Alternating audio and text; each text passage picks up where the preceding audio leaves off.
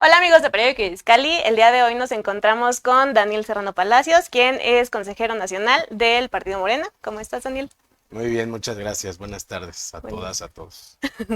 ¿cómo has andado? Hemos visto que has andado corriendo ahorita apoyando a Claudia. Sí, ¿Cómo pues te ha muy ido? ocupados, tratando de aportar nuestro granito de arena. ¿Y si es Claudia la respuesta o Si te llega la encuesta, Claudia es la respuesta. que sí están marcando, A nivel local hay varias encuestas telefónicas. Ahorita todavía no. Bueno, están haciendo, Sí. todos Como los para equipos medición. políticos Ajá. están haciendo seguramente sus ejercicios, pero la encuesta formal a la que ha convocado el Consejo Nacional de Morena em, va a ser a partir del día 27. No sabemos exactamente qué día, no se nos va a notificar de qué día, es lo mejor por un tema estadístico, pero será a partir del 27. Las otras que andan ahí sonando pues son Como privadas, ¿no? privadas Aparte. de los propios equipos. Ya hay varias circulando. Ujú, Ujú. ujú, ujú. Y justamente para no desviarnos del camino, porque el tema político sí nos gusta, pero no es el motivo específico de la entrevista, que pudiéramos entrar en materia sobre el abasto de agua en el Estado de México. Estamos viviendo una época un tanto particular porque va de salida un gobierno. Alfredo del Mazo está prácticamente ya entregando la batuta a Delfina Gómez, pero en ese aspecto, ¿cuáles son los principales retos que ustedes como Morena, partido que ahora va a gobernar, están vislumbrando que les va a tocar todo ese paquete? Pues los retos, digamos, no es que haya una agenda específica como partido político, ¿no? Ustedes incluso como periodistas conocen bien los retos que enfrenta el Estado, las condiciones en las que la maestra Delfina tendrá que asumir este encargo. El tema hídrico en particular no distingue de colores, ni distingue de municipios, ni distingue de estados, ni distingue de países. El problema hídrico es un problema mundial, es un recurso natural no renovable que ha sido sobreexplotado en todo el mundo, en nuestro país, en el estado y en los municipios, y que ahora nos enfrentamos a una condición muy compleja. La última revisión que se hacía aseguraba que en el tema de las presas del estado, aunque se tenga programada una temporada importante de lluvias, no llegaremos a tener la capacidad completa, estarán por debajo, un 30% por debajo de su capacidad total, y eso tiene una implicación para todo el estado. Y ahí creo que lo que no hemos encontrado, porque ahora que lo mencionas así, luego creo que la ciudadanía, y es parte de los ejercicios que se hacen en medios como el de ustedes, tenemos que apoyar, ayudar a una pedagogía de lo político. La ciudadanía de repente no ubica las áreas de responsabilidad de cada nivel de gobierno. Entonces, si bien hay algunos temas que son de carácter estatal, hay muchos temas que tienen un origen de percepción, de resolución o no del problema en los municipios.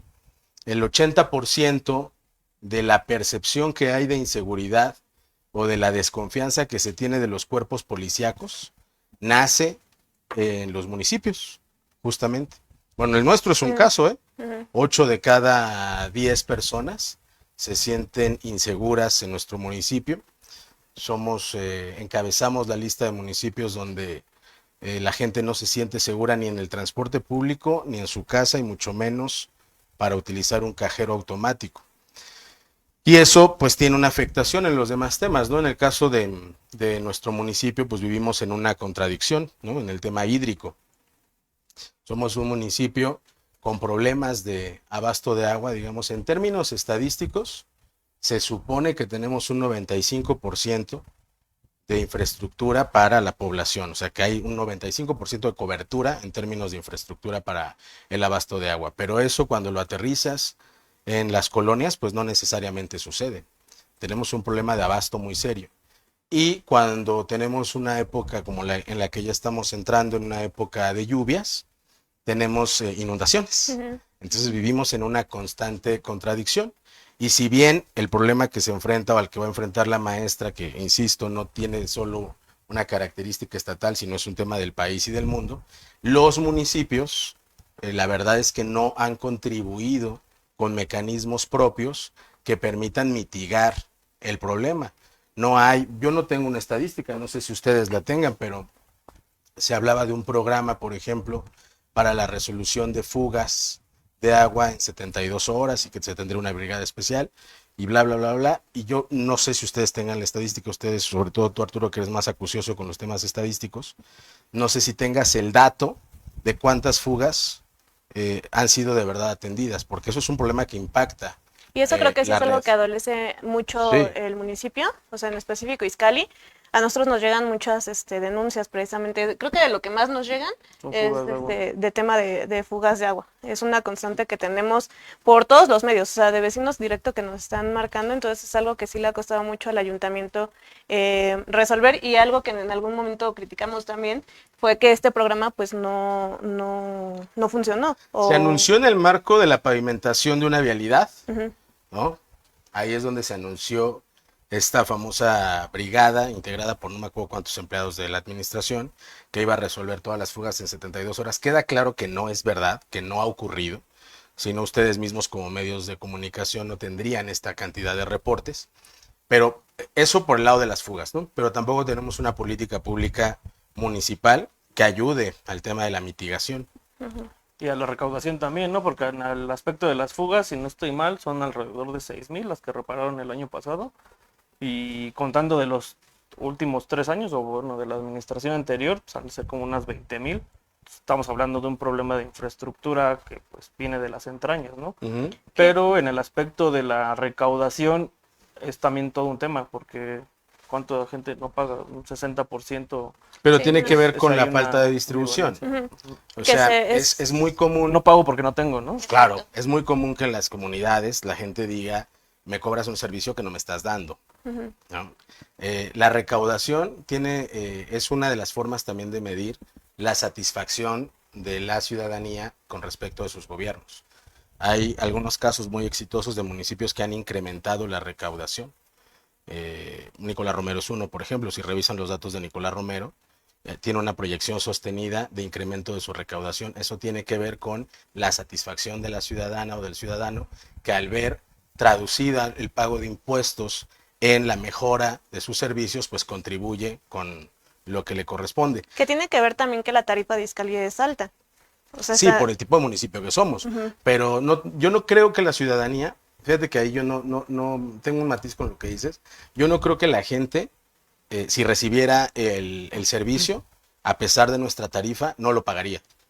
Yo creo que la ciudadanía de Izcalli es una ciudadanía muy consciente, muy responsable, pero también creo que tiene lógica el razonamiento de una persona que si no recibe el servicio diga, pues entonces, ¿por qué voy a pagar por ese servicio?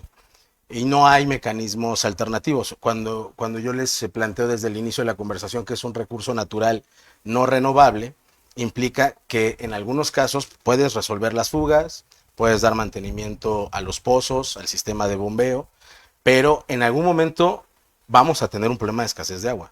Aunque No, tengas no habrá nada que reparadas, responder. claro, aunque tengas reparadas las fugas, y no hay casos, al menos que yo conozca, de esta administración, que estén planteando alguna alternativa. En la Ciudad de México se llegaron a plantear casos muy exitosos, por ejemplo en Iztapalapa, ¿no?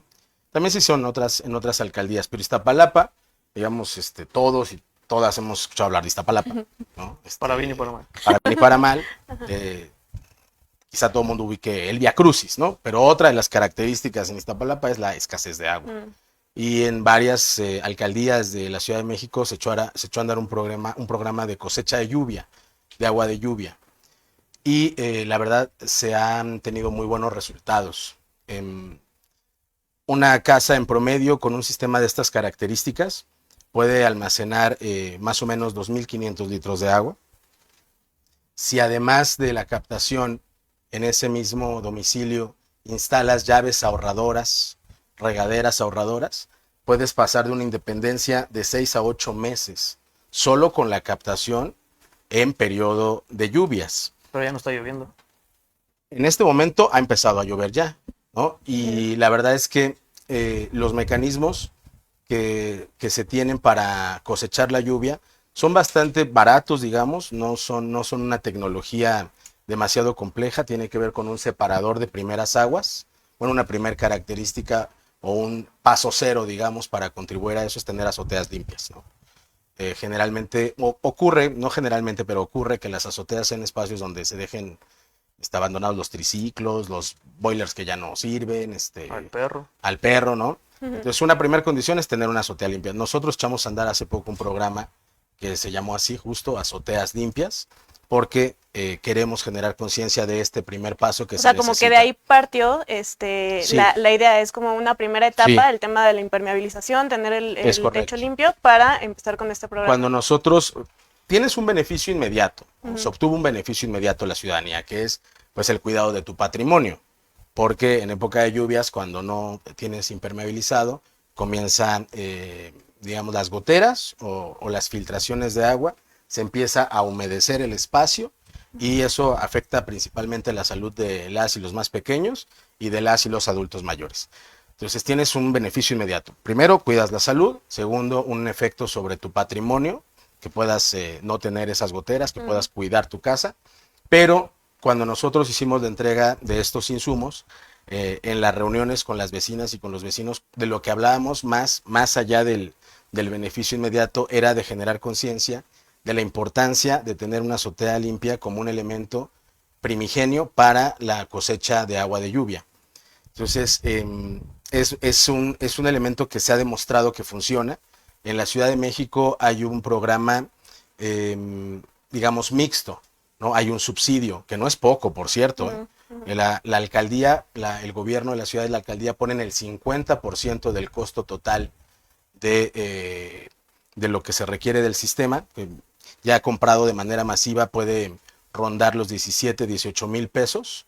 La mitad la pone la Ciudad de México, el gobierno, la alcaldía o el gobierno de la ciudad, y la otra mitad la pone el ciudadano, ¿no? Entonces, los resultados han sido muy buenos. Y que de hecho en la Ciudad de México tienen varios programas en tema bueno, en temas de agua, como que sí se han preocupado mucho por eso, porque también sé que tecnológicamente usan ciertos sistemas para detectar las fugas, entonces no tienen tantas fugas y la medición de aguas para estar checando lo de los pozos y todo eso. Entonces siento que, bueno, sí he sabido de varios casos en los que no le batallan tanto en ciertas alcaldías porque tienen estos sistemas también, o sea, lo están trabajando de la mano. Y la ciudad es una ciudad con una emergencia en términos hídricos, ¿eh? Se están O sea, llevando mucha agua acá también, ¿no?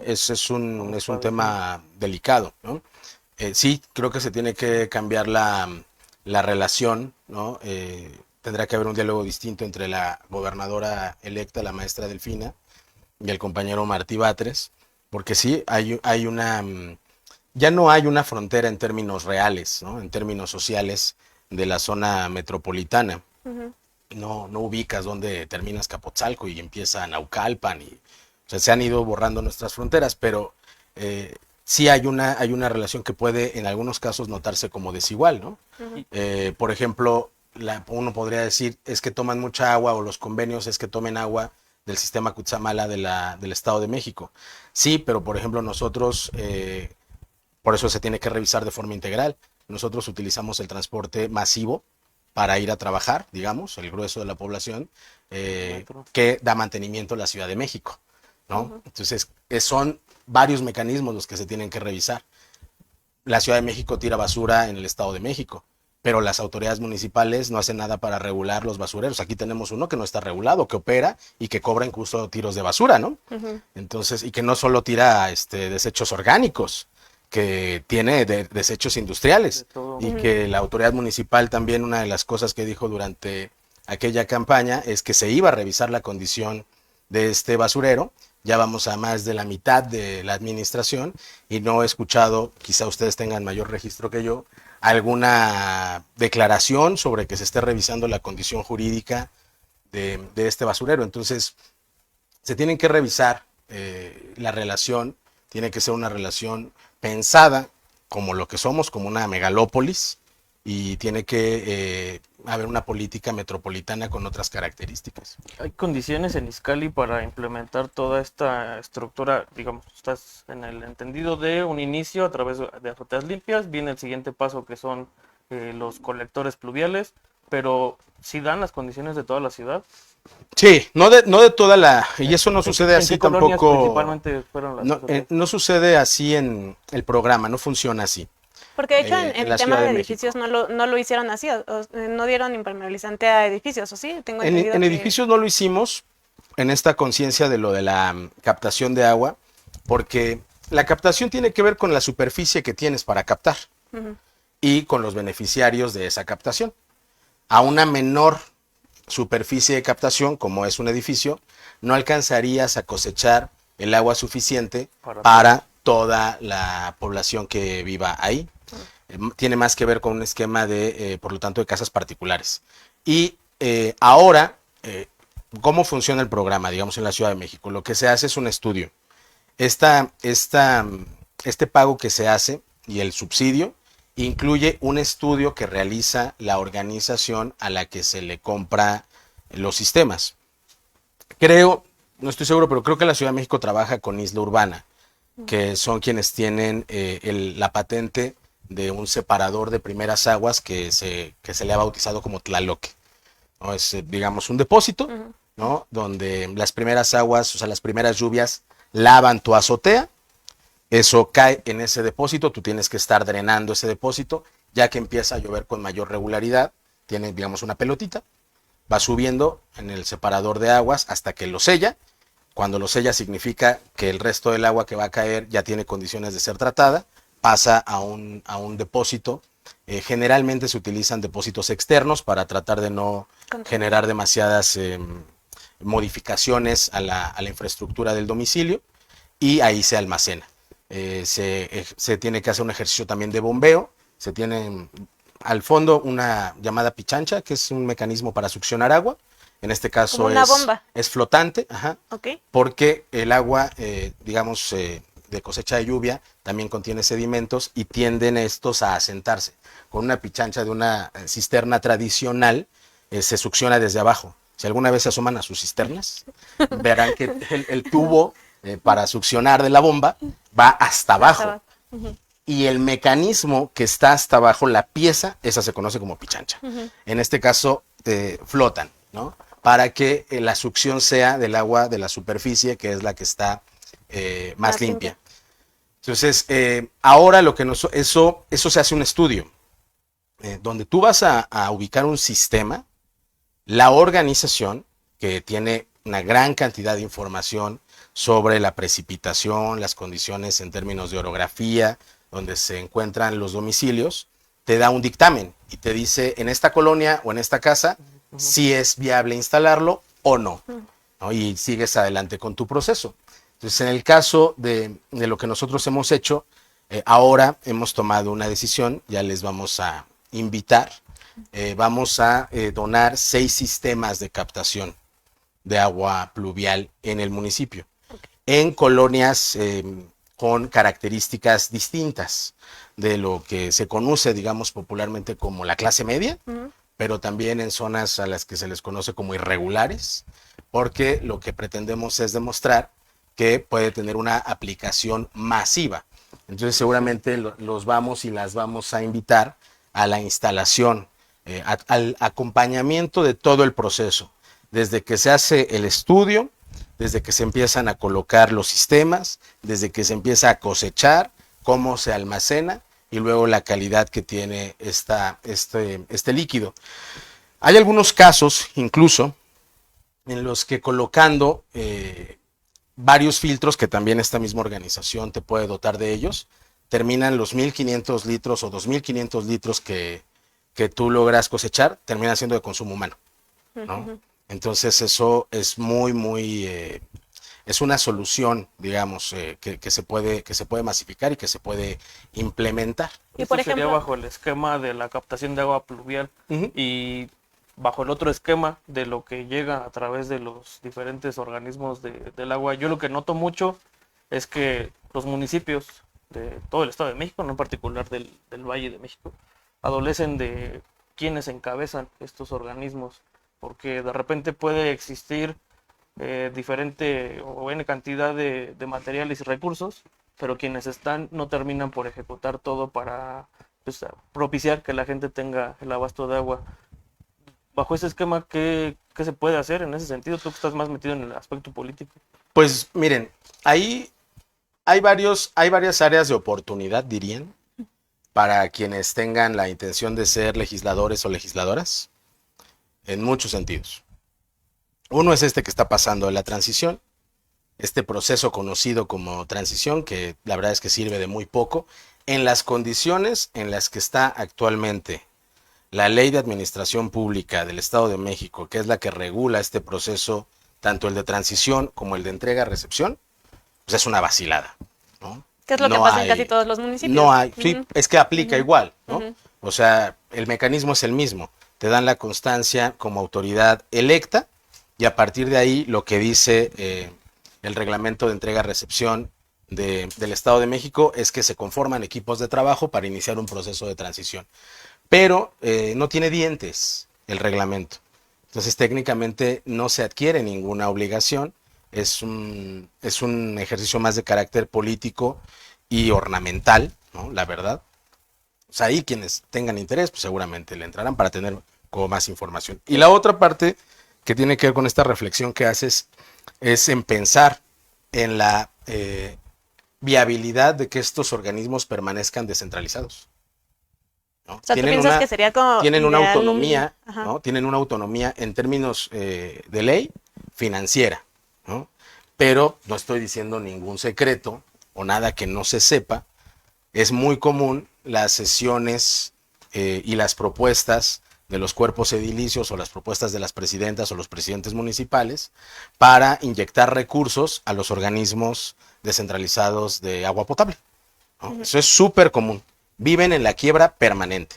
Sí. Entonces, si son organismos que viven en la quiebra permanente, Son bombas de tiempo. ¿no? Creo que quienes sean legisladoras y legisladores tendrán que plantearse la viabilidad de que estos organismos permanezcan de esa forma, porque esta autonomía en términos de descentralización, o sea, autonomía financiera y autonomía administrativa que tienen, pues también han generado un montón de vicios. Y que también es simulado, ¿no? Porque a final de cuentas, pues sí se dice que es tienen cierta autonomía, pero pues a final de No cuentas funciona, no es y real. depende del ayuntamiento. No es real, o sea, la propuesta la presenta la propia El cabildo. presidenta o presidente al cabildo.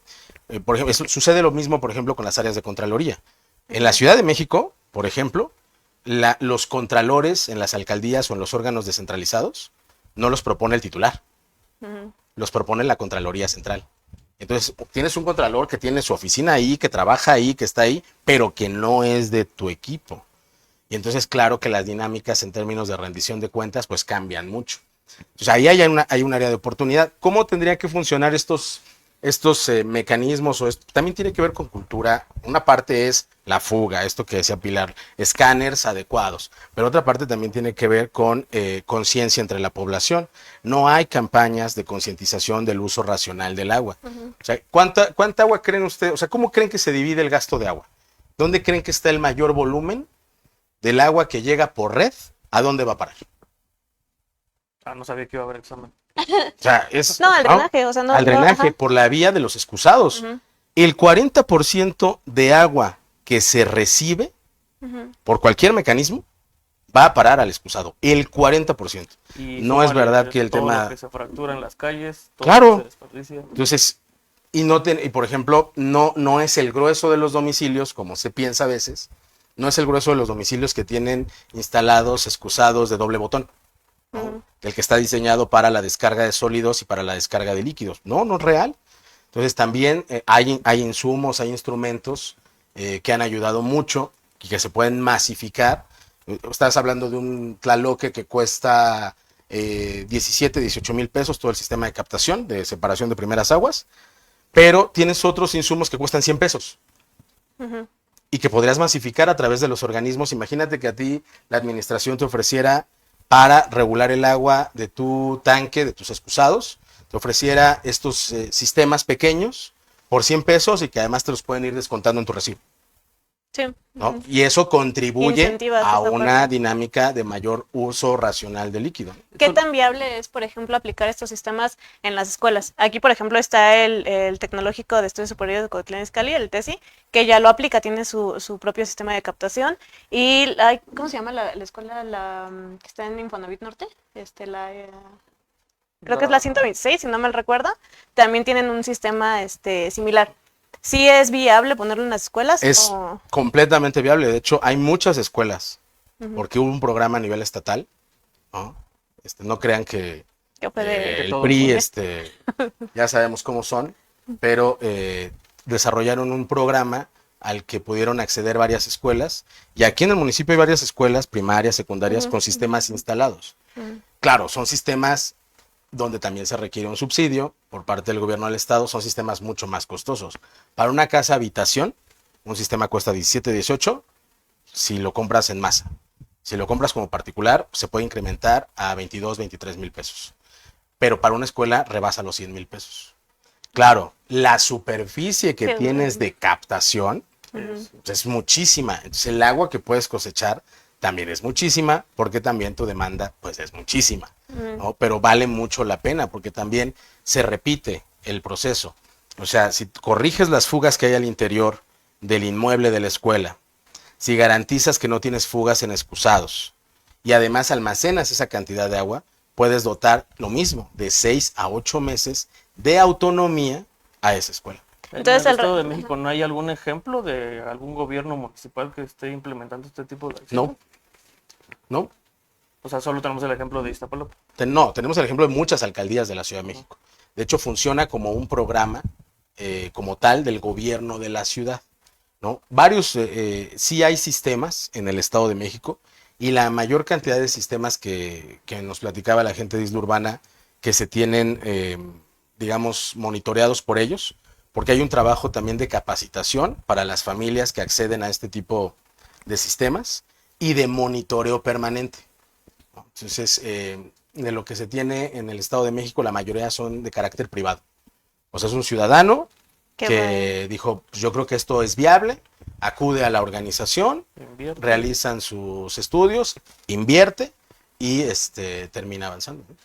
¿Y qué tan costoso es estarle dando mantenimiento? Porque si se maneja a lo mejor como programa de gobierno, a lo mejor pues, no es tan complicado echarlo a andar, ¿no? Pero muchas veces lo que cuesta trabajo es el mantenimiento o que se le dé seguimiento. El mantenimiento es de un costo bajísimo.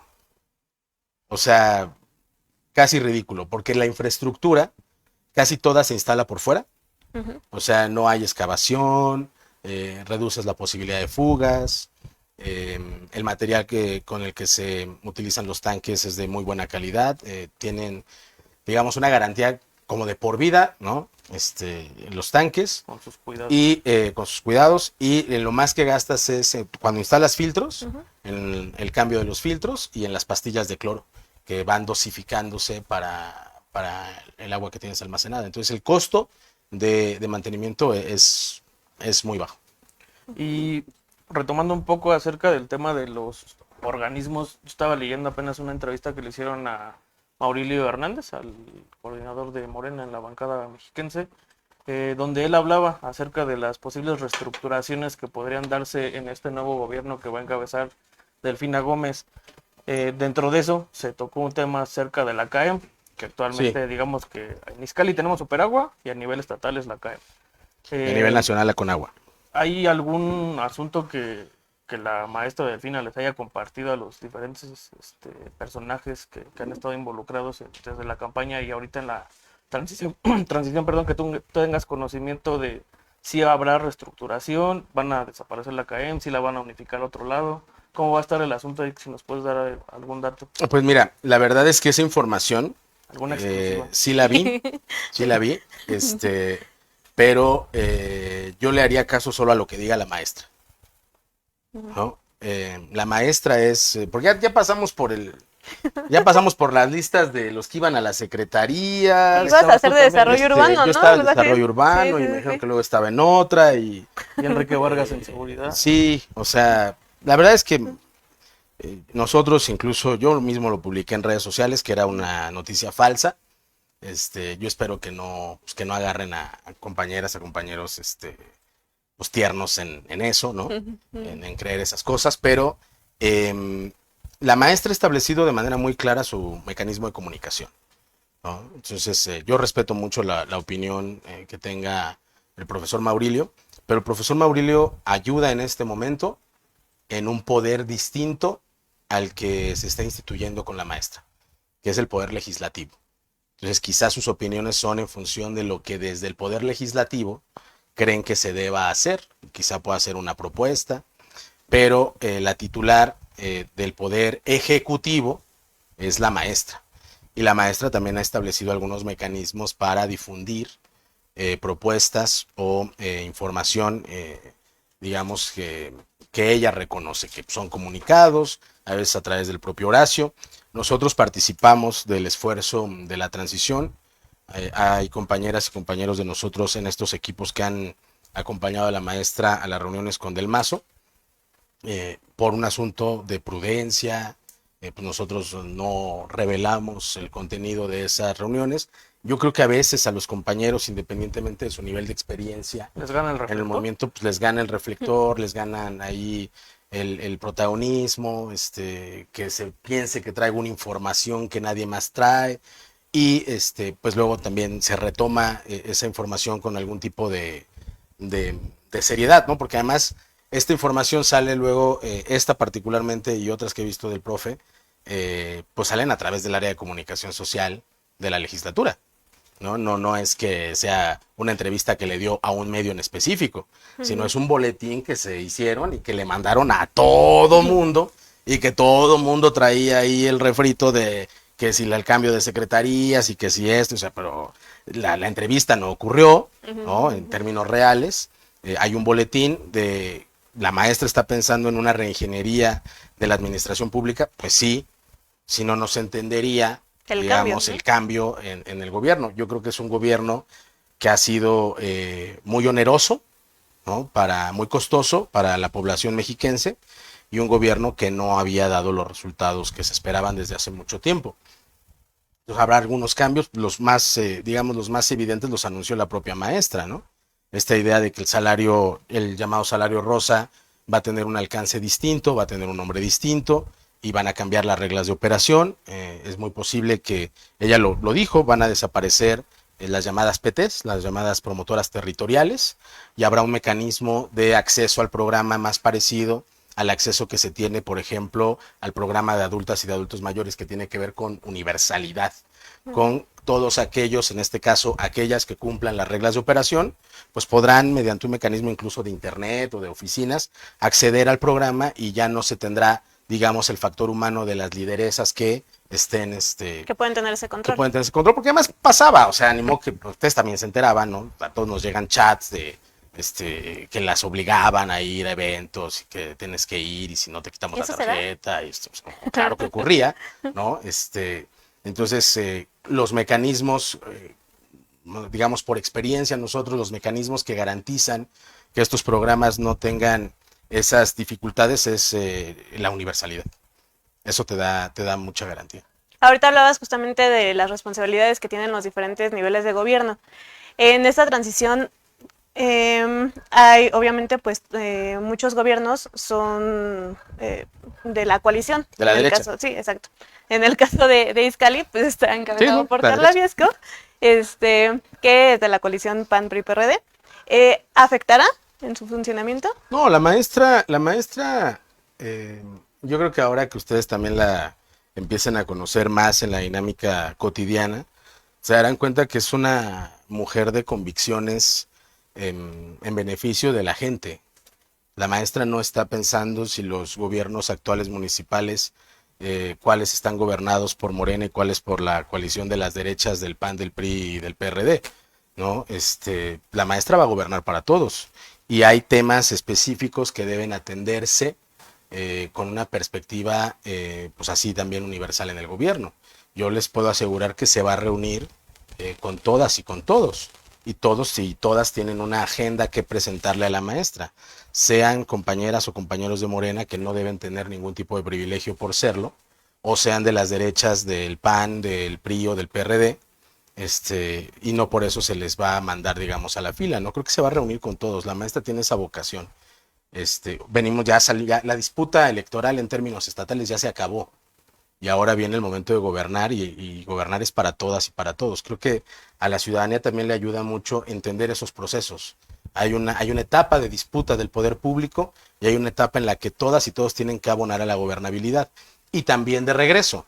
O sea, si la maestra tiene una actitud de ayudar, de altura de miras, de fomentar la gobernabilidad, pues esperaríamos que los gobiernos de derechas pues asuman la misma responsabilidad, porque pues luego tenemos de todo, ¿no?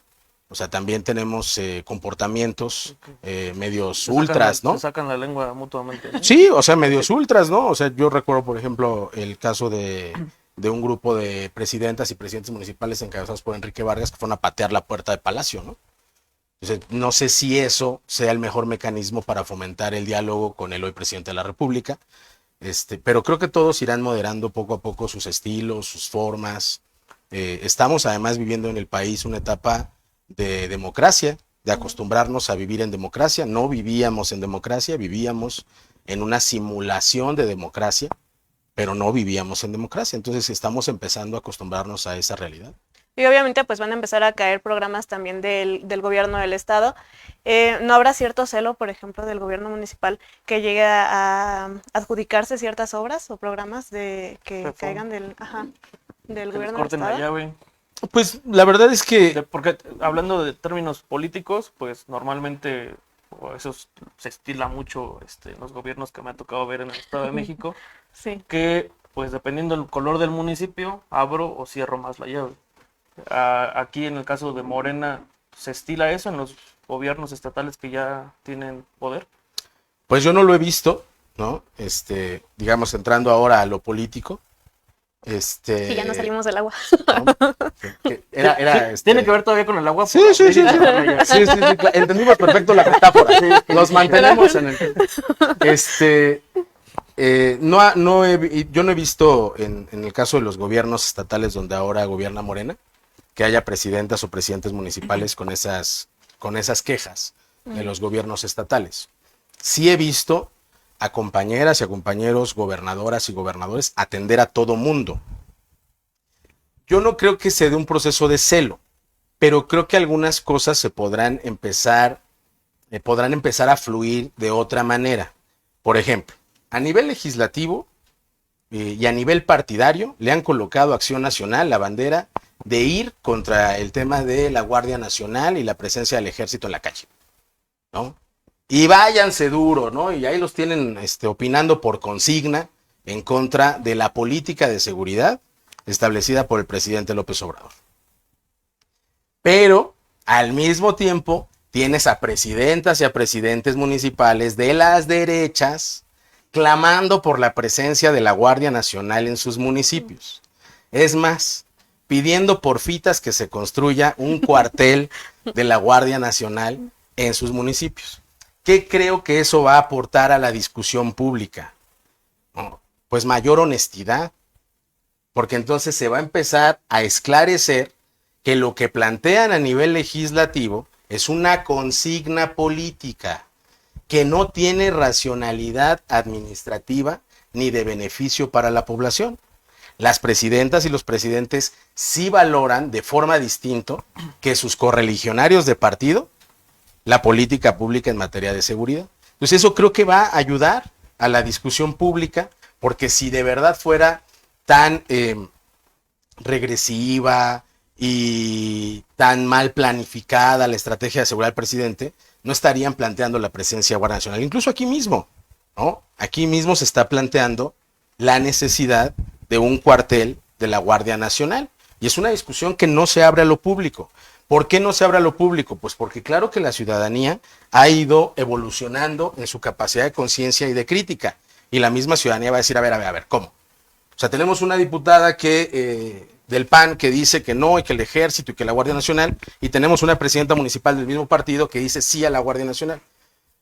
Entonces, eso que debería ser una discusión pública se intenta mantener en secreto, en sigilo, como si el día que se construya el cuartel, pues también le vas a poner una mantita afuera para que nadie vea que es de la Guardia Nacional, ¿no? O sea, en teoría tenemos 4 BOMs aquí en Mexicali. En teoría existen 4 bases de operaciones mixtas. Sí, pero va a haber un cuartel que están pidiendo que se establezca aquí con otras características. Que según recuerdo el proyecto viene desde Ricardo Núñez. En algún momento, si no estoy mal, él lo solicitó.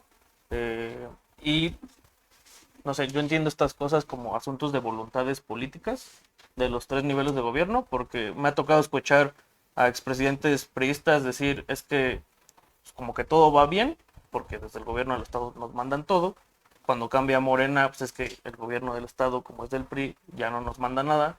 Y ahorita a nivel actual, lo mismo. Guardia Sí. Nacional nos mandan menos elementos y de repente la ciudadanía, tanto en el aspecto de seguridad como en el aspecto de agua y en otros tantos temas, está supeditada a la voluntad política que tengan sus diferentes gobernantes. Aunque ahí, fíjate que yo nada más tendría un matiz respecto a lo que dices.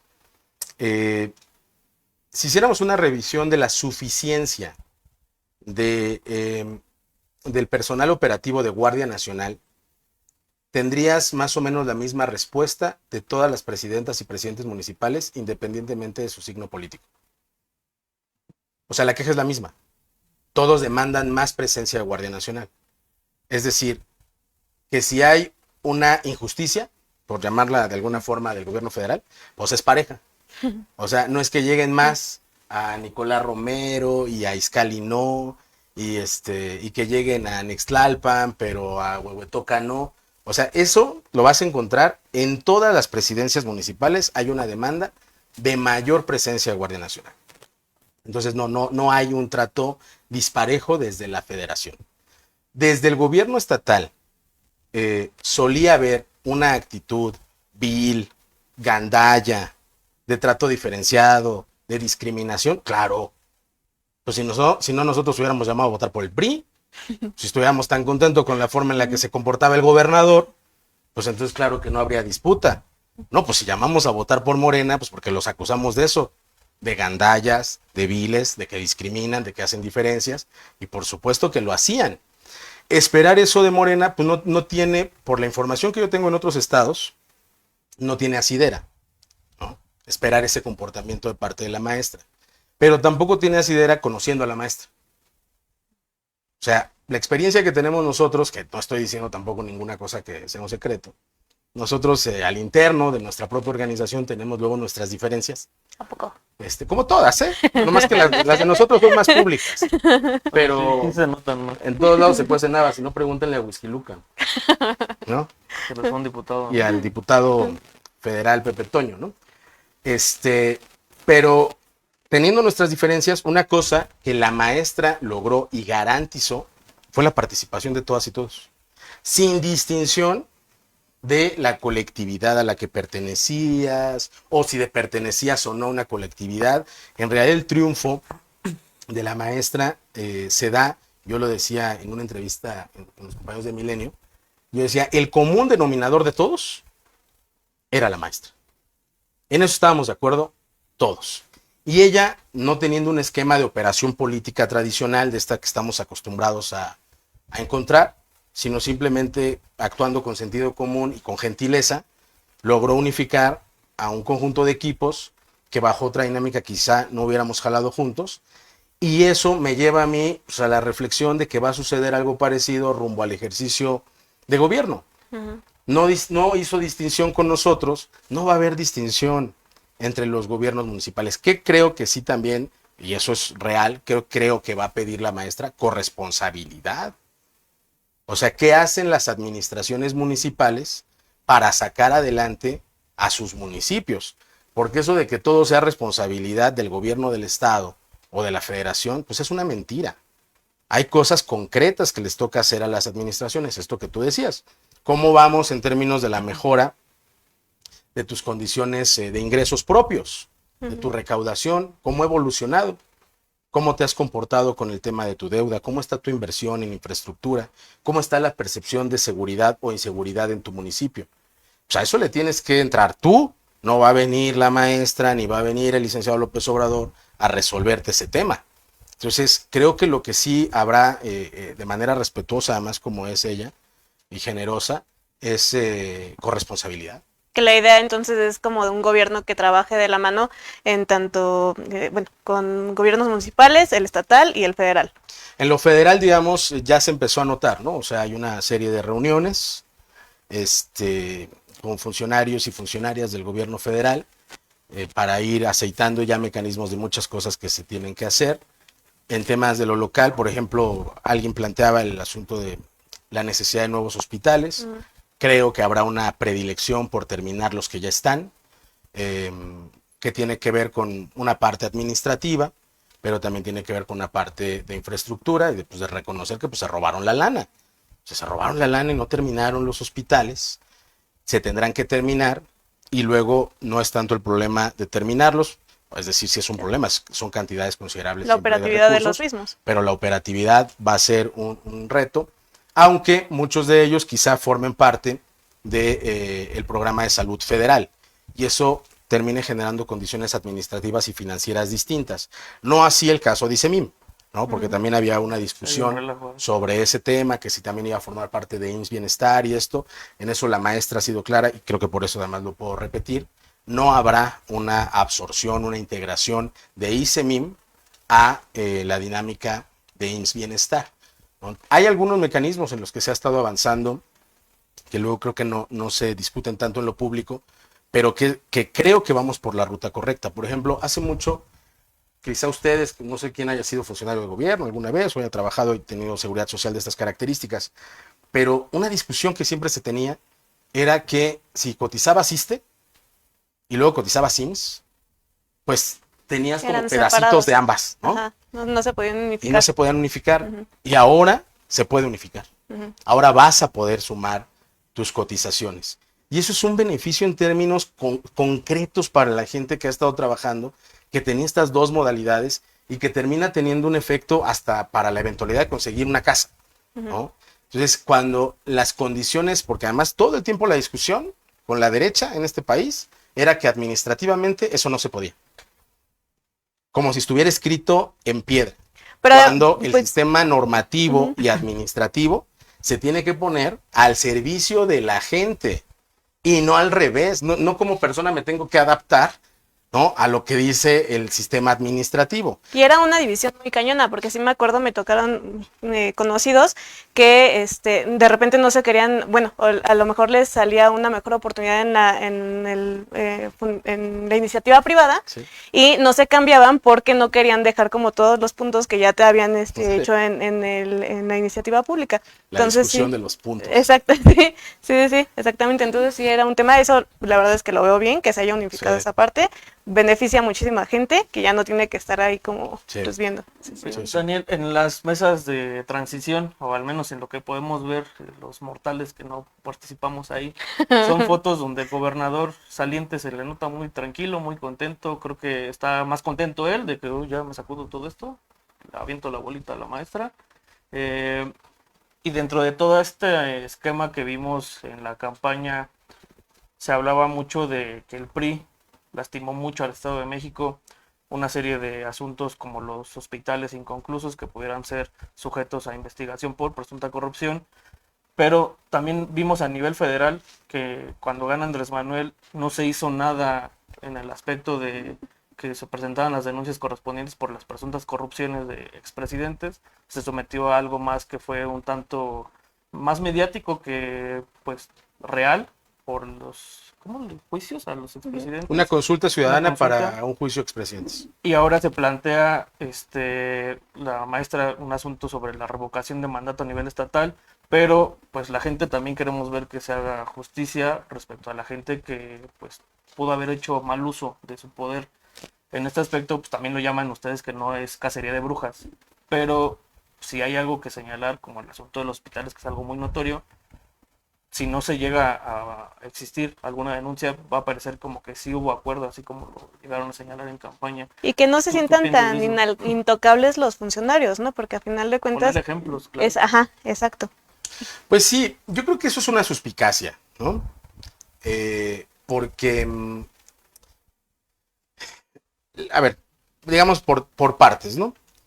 La actitud del gobernador del Mazo, creo que muestra cierta tranquilidad, pues porque pues actuó bien, ¿no?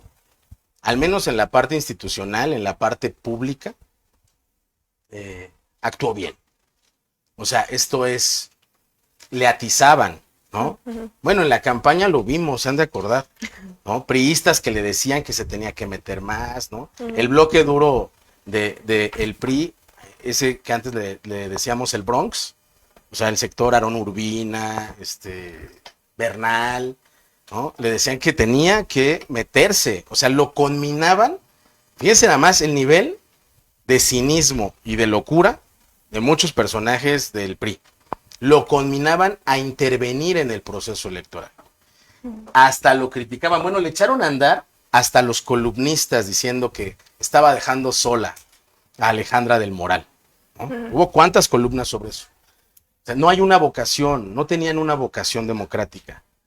En realidad, lo correcto es que no se metan en la elección. Y acá lo conminaban a que se metiera a la elección. Bueno, entonces creo que Del Mazo está tranquilo, pues porque actuó como tenía que actuar. Dijo, ahí hay una contienda electoral y pues dense. Eso de que abandonaron la plaza o de que hubo pacto, pues claro que no. O sea, no se sostiene La por victoria fue ningún... contundente, ¿no? No se sostiene por ningún lugar. Sí, Bueno, está muy nosotros tranquilo. estábamos, todavía no arrancaba la jornada, estábamos organizándonos en nuestra oficina y nos cayó la policía municipal. Salimos a pedirles fraternalmente que se retiraran del lugar, ¿no? Que no tenían nada que hacer ahí. Por cierto, no venían ni siquiera identificados. Y pues todo mundo dio cuenta de la cantidad de detenciones que tuvimos en Izcali. Eso A de Ricardo que fue, Núñez también le pasó. ¿no? Ajá. Al propio Ricardo, ¿no? Sí. Nuestro héroe anónimo, ¿no? Pues ahí se la pasó toda la jornada, ya ni pudo Salir a votar. salir a ayudar el compañero. Creo que además el cargo fue por falta de higiene en la cajuela, ¿no? Porque pues, no había ninguna otra cosa que señalarle. Le revisan una cajuela y el compañero trae propaganda y algunos materiales de capacitación electoral y por eso se lo llevan por estar comprando votos. Es una locura. Entonces sí tuvimos al aparato encima. Eso de que nos dejaron pasar y que había pacto, y que, cuéntenselo a los compañeros detenidos. O sea, por supuesto que no hubo ningún tipo de pacto. Operaron con todo. La policía municipal en Cuautitlán Izcalli operó el día de la jornada electoral. La policía estatal en todo el Estado de México operó, ¿no? Había gente comprando votos en las casillas. Nosotros organizamos varios operativos para desactivar compra de voto. Es decir, recurso del que tradicionalmente utiliza el PRI en la campaña, también se usó. Entonces, no hubo ningún tipo de pacto. Y yo creo que por esa razón la maestra Delfina, pues no tiene todas las condiciones de actuar en libertad, porque no hay un pacto siniestro, inconfesable, vergonzoso de la elección. Entonces, primero, eso con lo que respecta al tema del Mazo. Y luego, pues, no hay, digamos, una traición del presidente de la República. Creo que deberíamos ubicarnos un poco también en el tiempo. Si se acuerdan, el licenciado López Obrador anunció esta consulta y dijo que no sería un asunto que decidiera él porque no lo animaba la venganza personal, que esa decisión la tendría que tomar el pueblo de México. Y es ese razonamiento el que nos lleva a la consulta para el juicio a expresidentes. Pero yo no compartiría, por ejemplo, la idea de que es un gobierno que abone a la impunidad. Nosotros durante mucho tiempo como movimiento, incluso antes de ser partido, insistíamos en personajes como García Luna como los principales responsables del crecimiento del narcotráfico en el país. Y hoy está tras las rejas.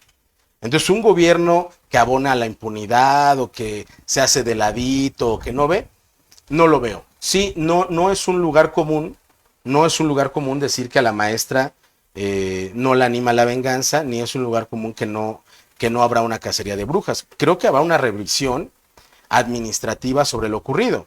Pero también, yo lo digo, estoy hablando con gente que conoce de administración y de periodismo, sin ingenuidades, ¿no? Pues si no los acusamos de tontos, los acusamos de rateros, los acusamos de deshonestos, los acusamos de bribones, no de incompetentes. Pues desarrollaron un mecanismo, desarrollaron habilidades durante 70 años para robarse y desviar los recursos. El caso periodístico ahorita de tantos medios que pudieran ser señalados desde la República, desde la presidencia de la República, pues podría ser la estafa maestra, ¿no? Que fue un boom que propició incluso que Peña Nieto pues se cayera en todos los parámetros de medición de popularidad Sí. y que ganara todavía más fácil Andrés Manuel en el 18. Seguramente fue uno de los elementos, ¿no? Más el hartazgo y todo lo demás. Sí, o sea, por ejemplo, ¿no? Muchas cosas se van quedando como en el imaginario colectivo. Si tú sales a las colonias de nuestro municipio y le preguntas a la gente sobre el tema de la Casa Blanca, te va a decir que sí lo ubica, pero si le preguntas por el reportaje y si lo leyó, No. ¿sí? No necesariamente. Que es un tanto El- similar a lo mejor lo que está pasando ahorita con los libros de texto Claro. escrito. O sea, Porque vivimos en una dinámica en términos de información muy compleja, ujú. muy compleja.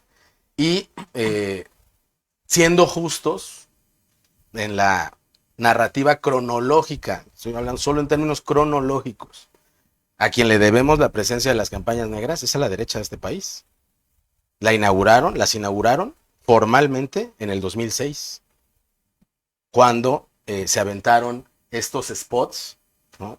Todos ya votaban en el Sí, ya. 2006, No, yo no. no, Bueno. no, pero sí se acuerdan sí. de estos spots Peligro para donde México. AMLO el peligro para México y de repente tenías un lugar iluminado y después se iba a grises, se caía la bicicleta, se derrumbaba un muro, te iban a quitar tu casa. Entonces, esas campañas negras que generan este proceso de desinformación son hechura de la derecha de este país.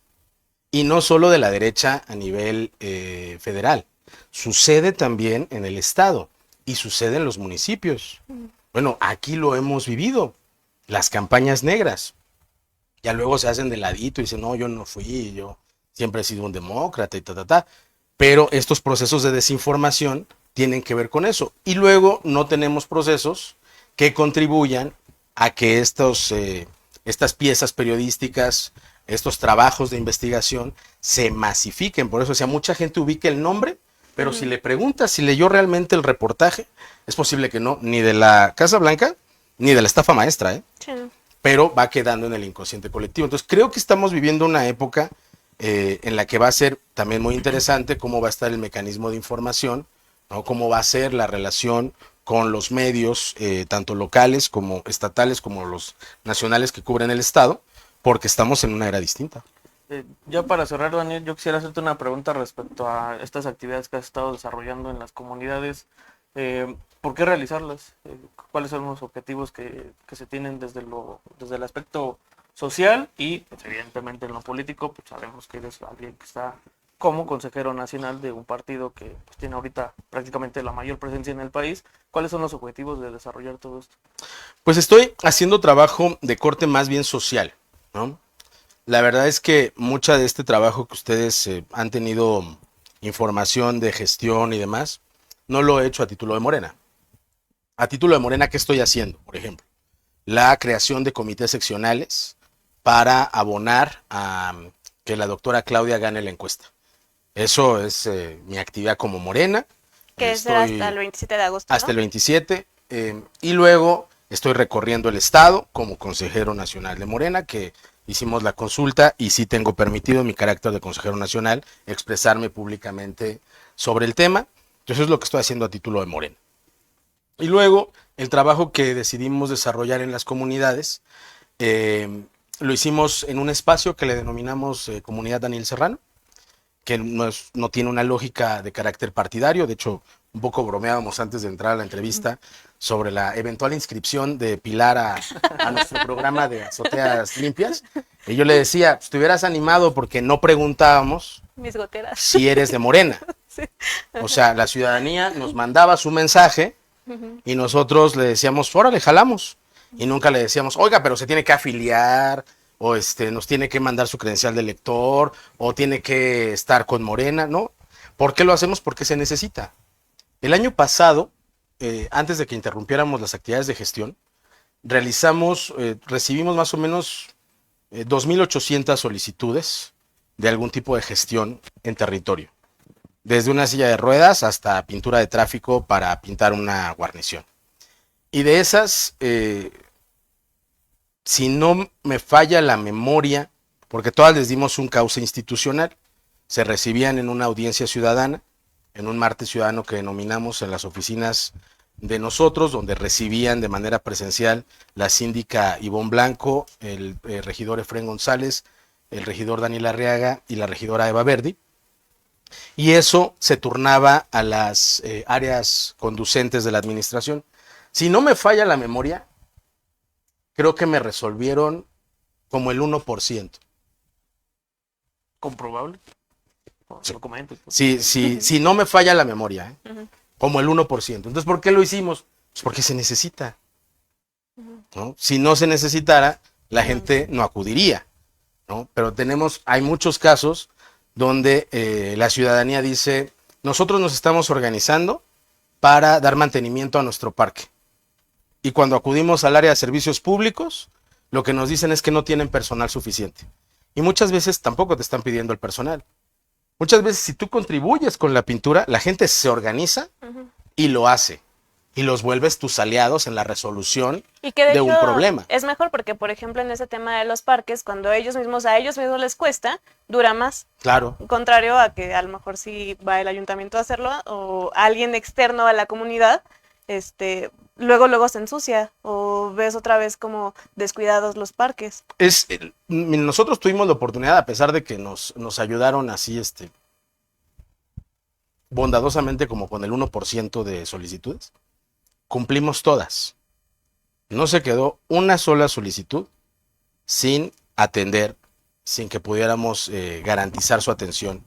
Me refiero en términos efectivos, no, o sea, que se consiguió y se otorgó el insumo para llegar al 100%. Lo mismo en el caso de Azoteas Limpias y lo mismo en el caso de otros programas que hemos echado a andar, como el embellecimiento, por ejemplo, de bardas perimetrales de distintas escuelas.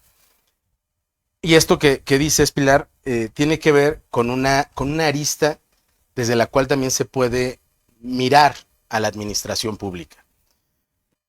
La política pública que tiende a generar procesos de reincorporación de tejido social desde la perspectiva de la apropiación del espacio público es algo que casi no se utiliza.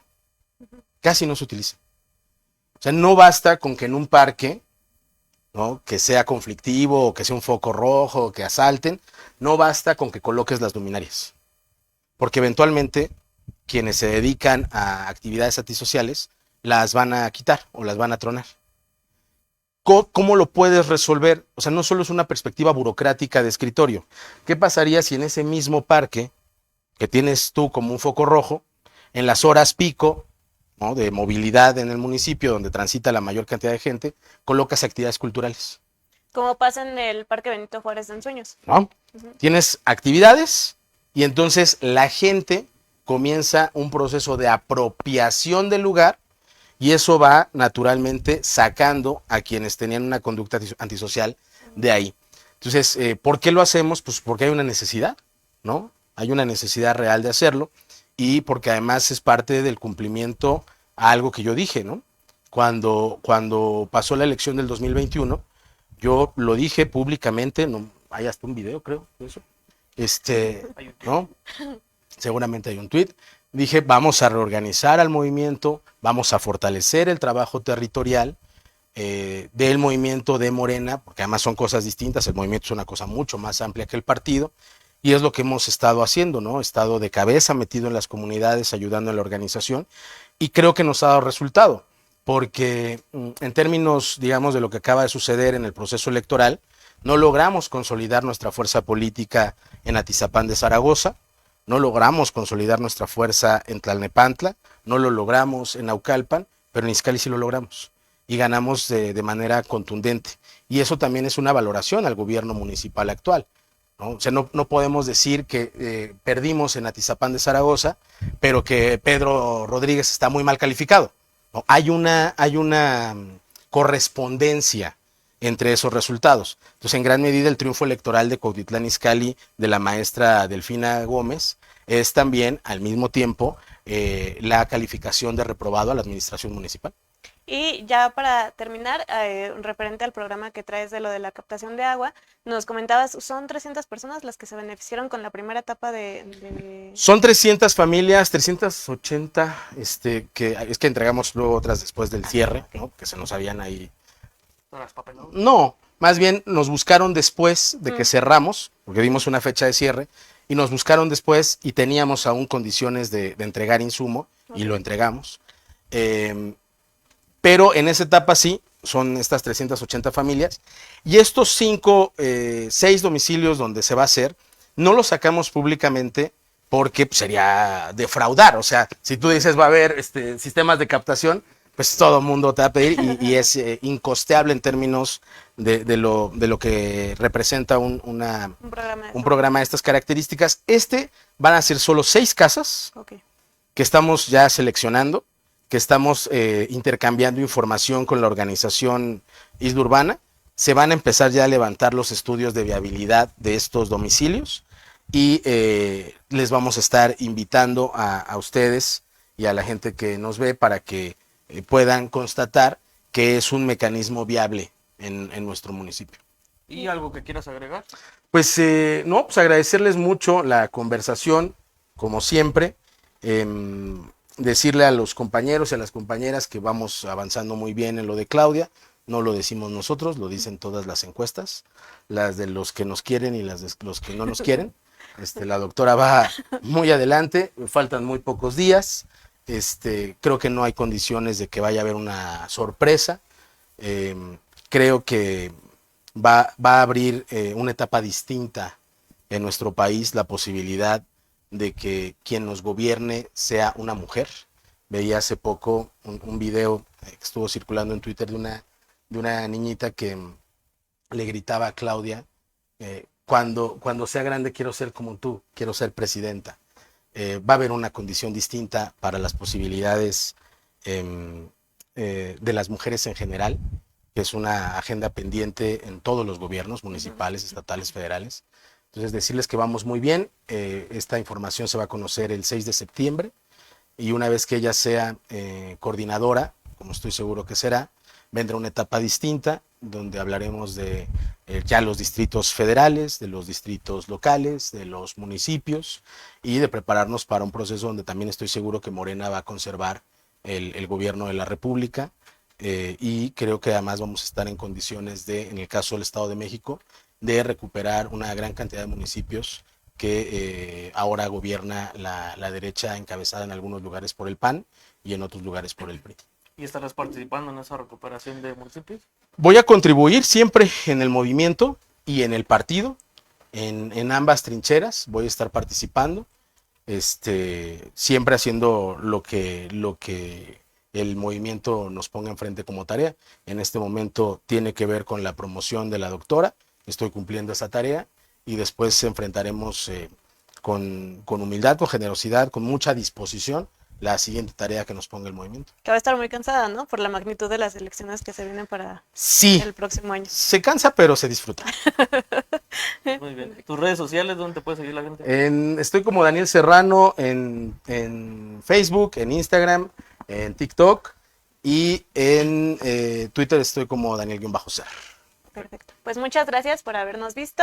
Daniel, gracias por la entrevista. Al contrario, muchas gracias a ustedes. Y nos vemos el próximo jueves en su programa favorito, Información con Precisión.